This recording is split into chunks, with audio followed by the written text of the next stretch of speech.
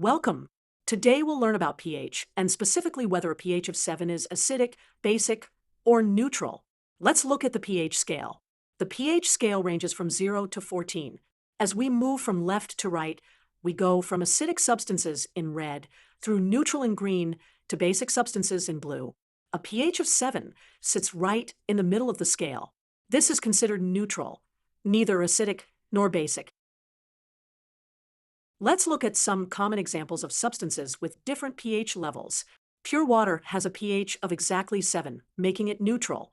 Below pH 7, we have acidic substances like a lemon juice with a pH around 2, cola with a pH around 3, and tomato juice with a pH around 4. Above pH 7, we have basic substances like baking soda with a pH around 9, milk of magnesia with a pH around 10, and household bleach with a pH around 12. At pH 7, there is a perfect balance between hydrogen ions, H+, and hydroxide ions, OH, in the solution.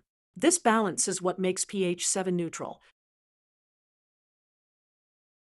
So, to answer our question, a pH of 7 is neutral, the perfect balance point between acidic and basic.